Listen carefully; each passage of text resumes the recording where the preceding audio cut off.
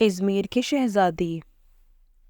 Izmir کا محل دلکشی میں اپنی مثال آپ تھا، جہاں کی شہزادی بہت حسین اور نیک دل تھی۔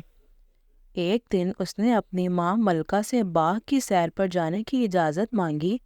شہزادی اپنی ملکہ ماں کو بتائے بغیر کہیں نہیں جاتی تھی، چنانچہ وہ ایک بگی میں بیٹھ کر باغ کی سیر کرنے کے لیے روانہ ہو گئی۔ باغ بہت حسین، سرسبز اور شاداب تھا۔ پھولوں کی خوشبو ماحول کو تازگی بخش رہی تھی۔ شہزادی باغ کے نظاروں سے لطف اندوز ہو رہی تھی کہ اس نے اپنے قریب کھیلتی ہوئی ایک کم عمر لڑکی کو دیکھا۔ وہ عرشی تھی، جو اس باغ کے مالی کی بیٹی تھی۔ اس غریب لڑکی کو شہزادی نے اپنے پاس بٹھا لیا اور اس سے باتیں کرنے لگی۔ تھوڑی دیر میں وہ دونوں دوست بن چکی تھیں۔ یہ دیکھ کر ایک شاہی ملازمہ نے اس سے کہا، آپ ازمیر کی شہزادی ہیں، اس غریب لڑکی سے دوستی کرنا آپ کی شان کے خلاف ہے۔ شہزادی نے کہا، میں جس اللہ کی بندی ہوں، عرشی بھی اسی کی بندی ہے۔ اللہ کی نظر میں بادشاہ، غلام اور امیر غریب سب برابر ہیں۔ اور شہزادی ہر ہفتے باغ کی سیر کو آتی اور عرشی سے بھی ملتی، جس کے ساتھ اس کی دوستی اور پکی ہو گئی تھی۔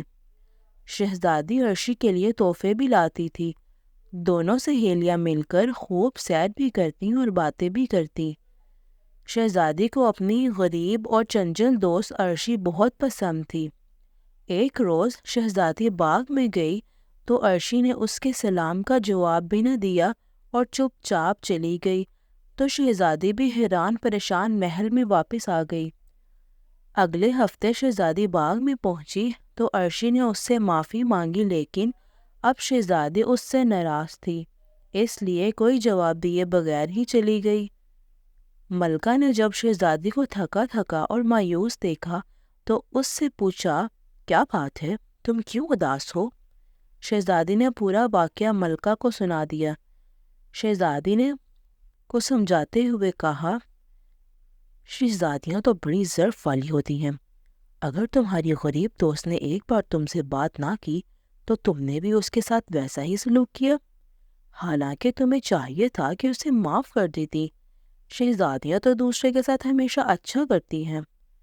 چنانچہ شہزادی اپنی دوست عرشی کے لیے بہت سے تحفے لے کر باغ پہنچی تو پتہ چلا اس باغ کے مالی کو نوکری سے نکال دیا گیا ہے۔ شہزادی بوجھل دل کے ساتھ محل واپس آ گئی۔ ملکہ نے جب شہزادی کی یہ حالت دیکھی تو وجہ پوچھی۔ شہزادی نے بتایا، ملکہ نے عرشی کے باپ کو مالی کی نوکری سے بحال کر دیا۔ اس کے بعد شہزادی اور عرشی پھر سے دوست بن گئیں۔